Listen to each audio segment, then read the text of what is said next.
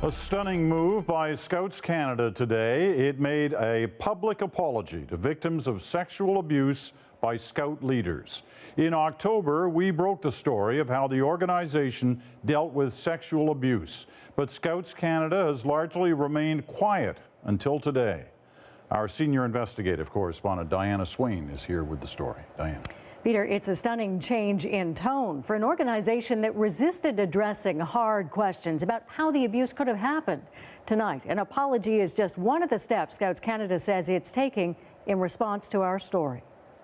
Scouts Canada and I personally wish to apologize sincerely and deeply to any and all former Scouts. The Chief Commissioner of Scouts Canada took to YouTube late this afternoon, acknowledging the recent criticism it's faced over the way it handled allegations of sexual abuse. This scrutiny has also given us the opportunity to take a wider look at our full range of youth protection programs and policies. The apology is a response to a CBC News investigation that showed for decades Scouts kicked out leaders it suspected of sexual abuse, collecting evidence in its files and putting the names on a confidential list, insisting it always shared the information with police. But we also uncovered details about Scout leader Richard Turley, who, despite having a conviction for sex offenses in the U.S. and having been kicked out of Boy Scouts of America for abuse, was still able to lead a troop in Canada.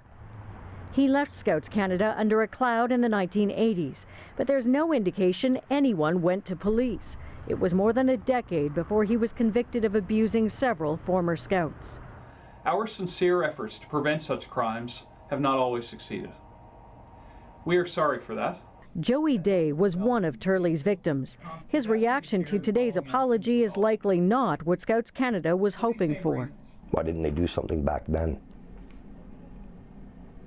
When he was sentenced going to trial, they knew this was going on. Why did they not do something then? Peter, Joey Day obviously not very impressed by the apology. He said to me late today, too little, too late. But he likes the other two announcements better, and those are an expert panel will be convened to take a look at Scouts Canada's child protection policies and how they're implemented at the grassroots level. And most importantly, KPMG, the forensic auditor, is being brought in to look at those confidential files, go through, see if there's anything there that wasn't shared with police. Now, Scouts Canada says it's going to be completed early in the new year, which is pretty quick, but that they do commit to making the results public. Now there's one more change as well.